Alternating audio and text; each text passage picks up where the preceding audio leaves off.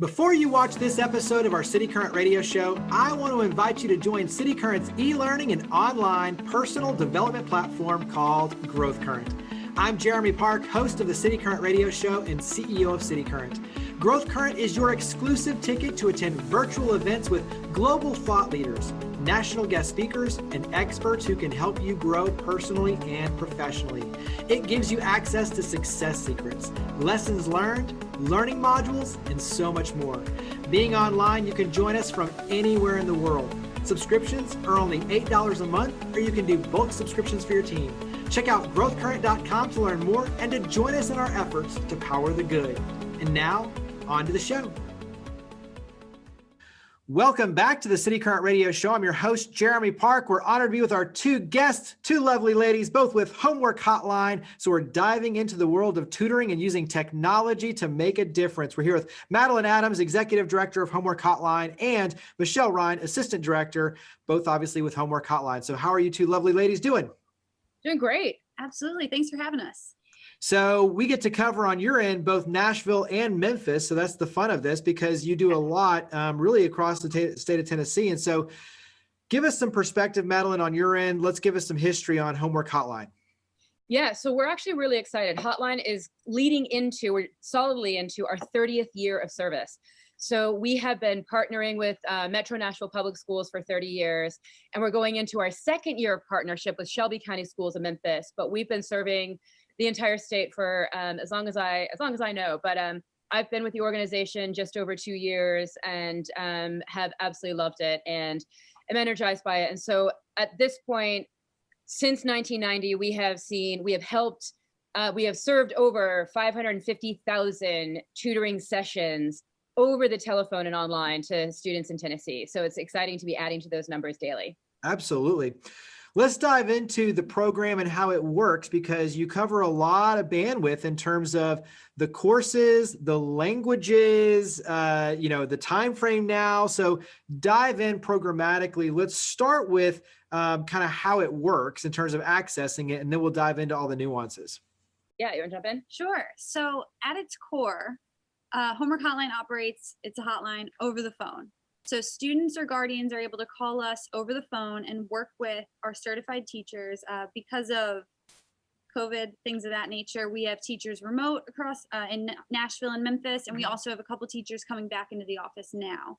So they're picking up the phone and they're tutoring students on their homework assignments over the phone.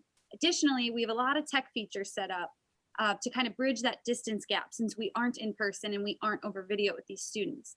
That includes texting and emailing in images of their assignments, working on an online whiteboard, working on essays over the phone by sharing the same Google Doc, as well as our online chat for students that are hard of hearing or prefer to work over chat than over the phone. So that's the way we operate. And it's been very successful so far this year. Yeah, and so Hotline primarily is a call-in service. So we have teachers working, and we've added an hour, as you said. We've kind of adjusted. After school looks so different. A lot of after-school traditional activities have been canceled. So we were seeing in March, we stayed open through school closures, that we were seeing students were calling at 10, 11, 12 o'clock. So we were able to open earlier than our normal 4 to 8. So we adjust our hours then.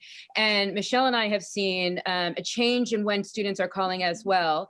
And so we've added an hour. Hotline is now open from 3 o'clock to 8 o'clock Central Time. So 4 to 9 Eastern for our Eastern Tennessee folks, but 3 to 8, which has been really great. And so our teachers are still working a 4-hour shift as traditionally. So we have fewer teachers at the 3 to 4 hour, and a couple fewer from the 7 to 8 hour, but we are still seeing really incredible work done with our teachers. And what Michelle has taken the reins of is, so traditionally we're a call-in service. You call us when you need us. And we're seeing students call us more often, that we've gotten to know as we answer the phones during the day, the students that say, okay, I know you open at 3. I've already sent in the picture, put my name on the list. I'll wait for a teacher to call me. So we've seen a lot more regular callers. But Michelle's been working to set up our weekly callers. So do you want to talk about our weekly tutoring? Yeah, definitely. That's something I'm very excited about. So the way the weekly works is we call them. So essentially a student and their guardian will set up a weekly call to focus on one subject area each week, same time each week, about 30 to 40 minutes with the same teacher each week. And that has been wonderful so far in helping students, really grasp concepts that maybe they're falling behind on because of the unique learning environment they're in right now. Unique, to put it, a positive spin on it. And so with that, we also ask that the guardians send in some grades from that student so that we're able to track their progress week to week, semester to semester, and it really helps us measure the program's success. And, just last week, we got a wonderful guardian email coming in that saying they've already seen such a transformation in the past 2 weeks that they've been using our weekly service in their student, building confidence, building excitement in the subject. So that's a great additional service that we've been offering. And we've offered it in previous years, and we just estimate that it's going to be, really expand this year. Absolutely. Well, I mean, you get the relational value where they build the relationship. You also have the consistency, and then they get to figure out, okay, what are the actual challenges? Because when you get to know someone over time, you can figure out, okay, here's how they learn, here's how I need to adjust. And so you can be a lot more effective. The other thing to your point is, when you're talking about the pandemic and what we're in right now with virtual learning, it does create some really different challenges, both in terms of accessing and using technology, but also too, the way students are having to learn. And so I think that creates a necessity for, they need you now more than ever, because they're not getting the same level. And in many cases, they're not even getting it in in-person instruction. So if you're not the visual learner that can learn by watching a screen, and you're removing some of those other avenues, it really does put a lot more burden on them going out and reaching out for help. And I think that's where the need is so great in terms of what you're doing. Talk about the different, because it's reading, language arts, it's math, social studies, science, Spanish. I mean, you cover a lot of bandwidth, even for high school, calculus, geometry. So talk about, I mean, you alluded to, these are teachers who know the subject matter, but I think you also cover a very broad scope. Yeah, so we cover K to 12 core subjects. And we say core subjects because we have seen some computer science and programming that we have teachers that say, oh, I love that. That's my hobby. I want to take it. But they might only work 1 day a week. We have a teacher that says, I love Latin. I haven't taken it since high school, but I can help that Latin student. Tell them to call me on Tuesdays or whichever night she works. And so we've been really intentional in hiring this year as well. We've seen a huge increase in our high school callers. And so high school takes a little bit longer as well. So we're hiring more middle school and upper level teachers that are a little bit more specialized with science, physics, chemistry, calculus, pre-calculus.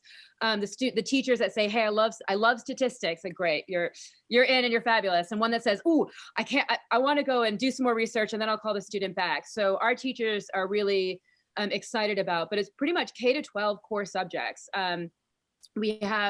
We'll do everything. And then languages, as you said, we're really excited. We make sure that we have at least one Spanish speaker a night. We're seeing last year we saw a huge increase of, I think it was 48% growth of EL students calling from the previous year. And over 12% of our callers last year were EL students, and about a good handful of sessions that we had in another language. So we have Spanish, Arabic, Farsi, Hindi, Swahili, and Mandarin. So we have a good number of languages with teachers that can accommodate those parents. And a lot of times that we'll see a student who speaks English, but the parent wants to be involved in the learning, but doesn't speak English well enough to understand what's going on. So it's a lot more of the translation and explanation for the parent side of thing, the parent guardian side of thing. And the student can catch up and say, oh, okay, I get it. Because they're learning literacy in 2 languages now at this point too. So. Right. Yeah. What are you seeing both in terms of Homework Hotline, but also working with these teachers in terms of the challenges, like with the technology and what they're seeing from a classroom perspective, but translating that over to Homework Hotline? The good news is you've been doing this for so long, you've got that down pat in terms of doing it through the phone and doing it online. Like, in other words, you're equipped on your end, but there's a lot of new challenges for people who aren't. So what are you seeing in that world? Yeah. We're seeing a lot of different types of questions. So early on, we had a guardian from Sumner County that said, hi, I don't know how to turn on my device. I got it from the district. What do I do? And it was after hours. The call center for that county was closed. And our teacher was able to jump onto Google and say, okay, well, what symbols do you see? What does it look like? Is there a button that you can push? And okay, let's try to figure out what the login information is. So our teachers are used to dealing with it day to day with their students. And the benefit for us, most of our callers are from Metro Nashville or from Shelby County. And so what's great about hiring our Shelby teachers and our MNPS teachers are that we say, oh, this student needs help submitting their work through the Shelby platform. We're going to have one of our Shelby teachers call them back. So our bonus is that we have the teachers that are working in and entrenched in the same software that the students are using, and we can filter those students to those teachers as they need it. And so we're seeing a lot of tech questions. We're seeing a lot of, okay, so how do I edit a PDF? How do I upload this document to submit it? How do I transform? How do I take a screenshot? So we're seeing a lot more technology, and we have some teachers who are amazing, who say, I know how to turn my computer on and log our call. I'm going to pass this technology question on to one of our other teachers. We have other teachers that say, great, I love problem solving. Let me take it. So what's really wonderful is we have such a variety of teachers. We have 18 to 20 working a night, and we're looking to bring on more as well as the school year goes on. So we have a variety of teachers and a lot of different skills, but the technology is a huge issue. And we've seen it as well with our teachers. There was a couple nights in Memphis that they lost power. And a couple of our Memphis teachers said, hey, power went out of my neighborhood, and so I can't log in anymore because his internet went out. And we've seen it here in Nashville. So we're seeing our teachers struggle with the technology as much as our students are, and our teachers with, the parents and guardians. So talk about community support and funding, because obviously as there is tremendous growth in need, there is also an increase in cost, because on your end, when you look at the teachers and incentivizing them and paying them for their time, and you have costs. So talk about how you're able to raise money and how we can help. Yeah, so Homework Hotline depends on grants and foundations and individual support. So we had to cancel our end of year fundraiser last year, and we are planning on one for this year, especially because it's our 30th year. We're gonna have a big party. It might be virtual. We're already looking into how do we do. Our traditional is a trivia night. Are you smarter than a sixth grader? Sixth grade is our highest volume of calls. And so we had a winning team 2 years ago. And so we're looking forward to this year. It might be a virtual event.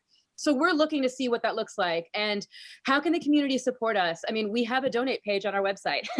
So, I mean, and the funding, the way that we pay, every one of our teachers is paid. We do not rely on volunteers. And so we're fortunate enough to have some really great foundations and grants, and Shelby County School, and in Memphis as well, Journey Community Schools is one of our great sponsors. We're looking at other West Tennessee counties and districts, Metro Nashville Public Schools, Hardeman County, Robertson has supported us in the past. So we have some really wonderful districts that financially support us. So if you have a strong member out there in the community that is part of a school district that wants to support Homework Hotline, any little bit counts, because we send to our partner districts our promotional items, our binder inserts that tell about Homework Hotline, that we can provide just a little bit more data to those financially partnering districts. We also, the way the funding works out and our teachers get paid, as little as $10 will fund a 20-minute tutoring session. And so that will include a time of a teacher, that will include our phone costs. Our teachers are working from home. Our space is donated by Shelby and by Metro when the teachers are in the office. So $10, and what we've seen has been really wonderful and really heartwarming, is a lot of smaller donations. We've seen a lot of $5 and $10 donations come in, and that little bit counts. And that goes towards supporting our teachers and supporting us and supporting our mission and being able to visit the different districts and deliver items to them as needed. So yeah, every little bit counts that way. But we're going to have a big trivia challenge at the end of the year. So we'll make sure to put it out to your community, and it'll be global at this point because it'll be online. So yeah, I was about to say, we will happily spread the word. So share for the parents and the students how to access, and I know you've got the numbers, and I've got even those on my end, but talk about the numbers and how parents and students can access. Yeah, sure. So we, like you said, you have the numbers. We have 2 phone numbers. They're Nashville and Memphis area codes, but you can call either one and you'll reach all of our teachers.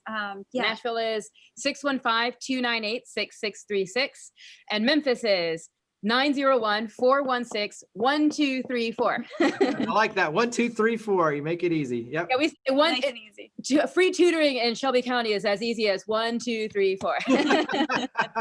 And it's the Shelby County Schools exchange, which is great. And then our website is. And then additionally, you can reach us through our website, homeworkhotline.info, and that is how you can also reach us via chat.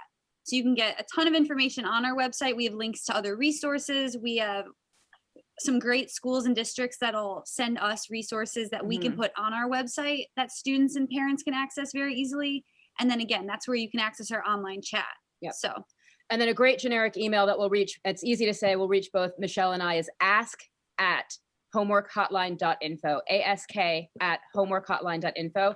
And we're all over social media as well. So Instagram and Facebook is Homework Hotline TN, like Tennessee, Homework Hotline TN, and Twitter is Homework Help, the number 4 TN. Well, you make it very easy. So once again, those numbers 615-298-6636 and then 901-416-1234 and the website homeworkhotline.info. So Madeline, Michelle, thank you for all you and your team do. Amazing. We appreciate it. Thank you for being a part of the show. Jeremy, thank you so much Thank for your you so time. much. We love cityCURRENT and what you guys do in your community is really wonderful. So thanks for having us on today.